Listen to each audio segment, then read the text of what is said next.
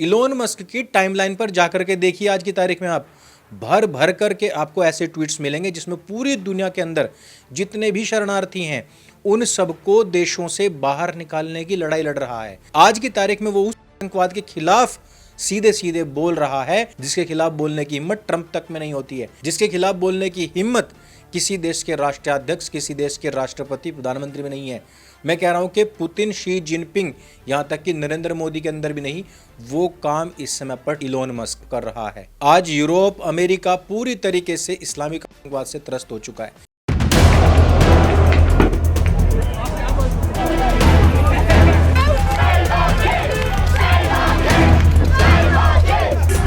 Och jag kan säga det att ni som är nordiska män, ni kommer att bli... लेकिन ये वही पश्चिम है जो कभी के टाइम में भारत को इस्लामोफोबिक कहा करता था। Indian Prime Minister Narendra Modi has been accused of making Islamophobic comments during an election rally. Elon Musk ने एक ऐसे इस्लामिक आतंकवादी को एक्सपोज करने वाले ट्वीट को रीट्वीट करते हुए ये लिखा, और बात का मर्म समझ लीजिए कि ये एक व्यक्ति जो कि 12 साल की एक यूरोपियन लड़की के साथ एक ही रात में 15 बार दुष्कर्म कर लेता है, और बावजूद इसके ये लोग इन्हीं देशों के अंदर असाइलम के लिए लाइनों में भी लगे खड़े रहते हैं। ये वही यूरोप है जो कभी के टाइम इन माइग्रेंट्स के लिए घरों से निकल करके कहता था कि हमारे घर बार सब कुछ माइग्रेंट्स के लिए खुले हुए हैं।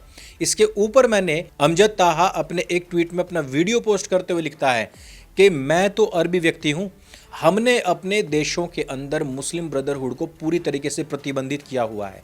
तुम यूरोपियन, तुम अमेरिकन क्या हमसे ज़्यादा इस्लाम को जानते हो?